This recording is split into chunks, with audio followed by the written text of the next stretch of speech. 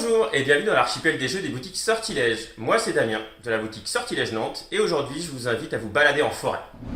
Mido c'est un jeu d'observation dans lequel on va se balader en forêt, rencontrer d'abord des papillons et puis des petits vers et puis après on pourra voir des souris, d'autres insectes ou même des rapaces.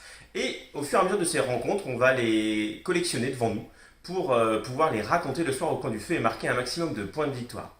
En gros, c'est un jeu d'action où chaque tour, on va pouvoir faire une action qui nous permet de récupérer une carte sur le plateau, de compléter ainsi notre observation et de marquer des points de victoire. On peut aussi y construire des barrières, des maisons et des abris à oiseaux, tout plein de choses assez bucoliques qui vous donneront l'impression de vivre une vraie sortie en forêt.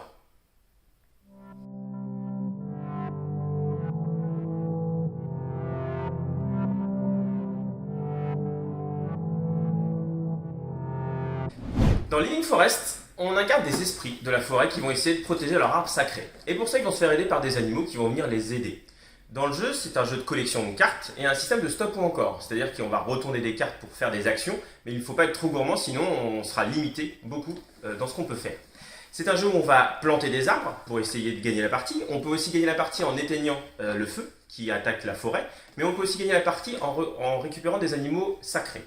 C'est un jeu qui est assez multiple, qui est assez riche, où il y a plusieurs stratégies possibles pour gagner, donc 3 façons différentes, et dans lesquelles il faut pas mal surveiller ce que font les autres pour essayer de les contraindre et les empêcher de gagner.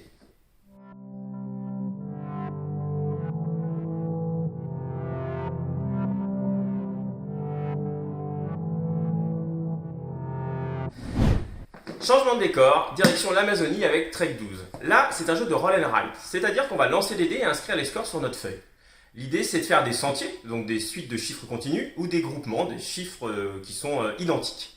Pour ça, à chaque tour, on va pouvoir utiliser les 2 dés en utilisant une opération, une multiplication, une addition, une soustraction, mais attention, on est limité pour chacune de leurs utilisations. On va pouvoir aussi observer des animaux qui vont nous permettre de marquer des points. Ça, c'est le départ, puisque Trek 12, c'est vraiment un jeu d'exploration où on va pouvoir ouvrir des enveloppes au fur et à mesure de nos réussites. Il y a même un coffre secret qui contient pas mal de choses qui vont rajouter de nouvelles règles, un nouveau matériel et plein de nouvelles choses.